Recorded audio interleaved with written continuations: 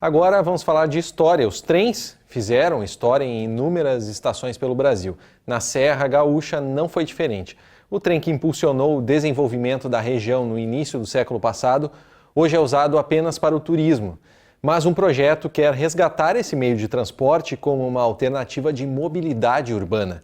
O que você confere agora na reportagem preparada pela UX-TV de Caxias do Sul para a Rede Prosa, a rede de TVs universitárias filiadas ao Comung.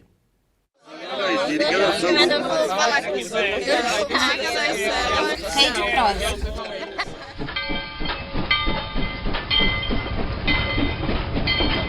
O deslizar pelos trilhos, a potência da máquina a vapor que esparrama fumaça pelos ares, o apito agudo ao chegar ou partir da estação. A modernidade representada pelo trem no início do século XX, hoje é o passado, registrado pela câmera do celular. Uma lembrança da época onde a vida andava mais devagar. As transformações urbanas podem demorar a acontecer, mas elas ocorrem o tempo inteiro. Nas grandes cidades, o ponto de partida para o crescimento sempre é um caminho que leva a outros lugares. Pode ser o mar, um rio, uma ponte ou, como na Serra Gaúcha, a chegada do trem. No início do século passado, as ferrovias eram importantes para o escoamento de mercadorias, levadas de forma rápida e segura por longas distâncias. Por isso, a inauguração da estação férrea em 1910 elevou Caxias do Sul de vila para a cidade, alavancando o desenvolvimento econômico da região. O traçado seguia por Farroupilha e Carlos Barbosa, onde o entroncamento levava até as localidades de Garibaldi e Bento Gonçalves ao norte e seguia para Montenegro e a capital Porto Alegre ao sul. Em 1910 a gente vira uma página da história da colônia Caxias. A gente começa a fazer uma projeção de uma cidade moderna, de uma cidade mais próxima dos centros urbanos, né? Até tem uma característica interessante se a gente for parar para pensar, porque a estrada de ferro para Caxias, ela não era um caminho natural, porque aqui é um ramal de Carlos Barbosa. Isso já mostra que a região ela tinha uma força econômica e uma força política. Na década de 1960, a imagem de progresso relacionada aos trilhos passou a ser associada ao asfalto. O transporte ferroviário entrou em decadência. Prédios e estradas de ferro foram abandonados. Aqui no Brasil, principalmente na década de 40, 50, quando a indústria automobilística começou a se desenvolver e os grandes lemas dos governos eram abrir estradas, infelizmente se deixou o transporte ferroviário de lado. Mesmo assim, os trens deixaram um rastro de progresso, cultura e saudosismo pelo caminho. Saudosismo que foi recuperado principalmente pelo turismo.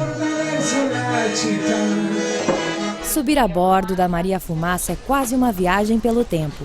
O percurso no trem turístico se estende pelos 23 quilômetros entre Bento Gonçalves e Carlos Barbosa durante 1h30.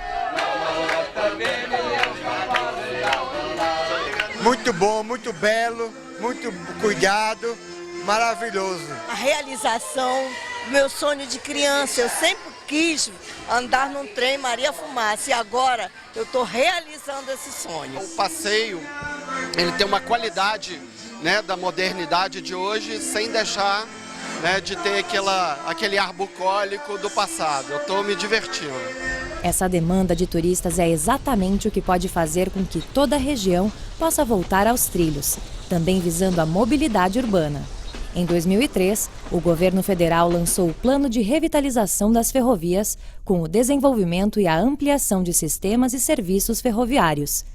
Isso impulsionou o projeto de um trem regional para passageiros. O trem regional viria a ser mais uma alternativa também para que as pessoas que tenham e precisam e fazem no dia a dia essa locomoção entre essa região metropolitana, principalmente Caxias, Bento, Farroupilha, elas possam ter o trem também como alternativa de transporte. Segundo o estudo de viabilidade técnica finalizado em 2013 pelo Ministério dos Transportes e pela Universidade Federal de Santa Catarina, A alternativa viável para esse projeto é o reaproveitamento de pelo menos 70% do trecho existente. Ao todo, são 62 quilômetros de extensão, com um novo segmento entre Farroupilha e Bento Gonçalves. O investimento estimado na época do estudo era de 285 milhões de reais.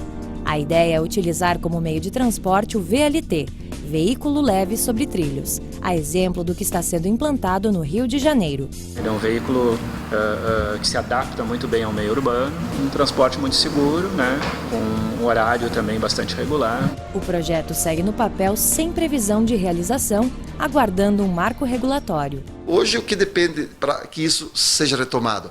Pressão política, articulação, né, envolvimento de toda a região. Realmente é uma iniciativa que depende não só do governo, né, que é realmente o articulador, mas depende basicamente do interesse da iniciativa privada em partir para explorar esse tipo de transporte, né. Enquanto isso, a estrada de ferro na Serra aguarda a próxima viagem. Quem sabe carregando novamente o conceito de modernidade que trouxe há mais de 100 anos.